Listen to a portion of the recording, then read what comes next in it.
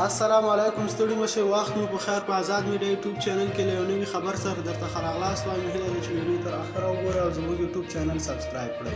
مقاومت جبهه بغلان کې د 20 طالبانو وژلو ادعا کوي خو طالبان یې نه مني. سیمو کې له طالبانو سره درنې نښتې کړي او 20 تنه یې ورته وژلي خو طالبان یې نه مني. د طالبانو مقاومت ملي جبهې ترمنځ د جګړو دوام راپورونه ورکړل شوي دي.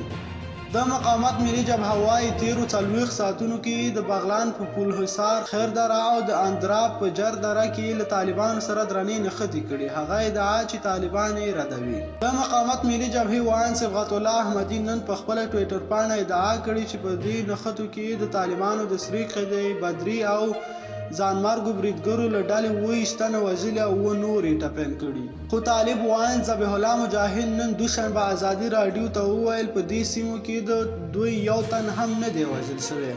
هغه وویل د تلفاتو اړوند له اخته وروسته چې کومه څېړنه ما کړې او څومره معلومات ما راټول کړي هلته یو تن هم نه دی تلف شوی، نه تلفات ډیر شوي او نه هم پیښ شوي. د ملي مقاومت جبهې دا ادعا هم کړې چې طالبانو په دې جګړه کې له پوځي هلیکوپټرو او توپونو کار اخیستی خو بیا یې هم درانه زیانونه لیدلي. دې جبهې پرون د پنجشیر په درې او ابشار ولسوالیو کې هم طالبانو سره مخامخ نښتو کې د 20 طالب عسکر د وژل کېدو 6 نورو د ټپي کېدو خبر ورکړی و خو طالبانو دا ادعا هم رد کړې وه. هاخوا په ټولنیزو رسنیو کې داسې تایید شوي ویډیوګانې خپرې شوي چې ښایي طالبان یو شمېر جسدونه په پوځي الوتکو کې لیږدوي خو دا معلومه نه ده چې دا جسدونه د چا دي او نه هم د دې ویډیوګانو د ثبت او خپرېدو کره نیټه معلومه ده.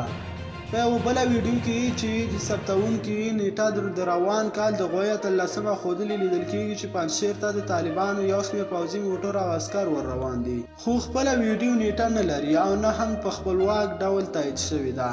اوس پوښتنه دا ده چې جګړه نه وي روانه، د طالبانو دا لوی پوځي کاروان د څه لپاره دې ولایت ته لیږدول کیږي؟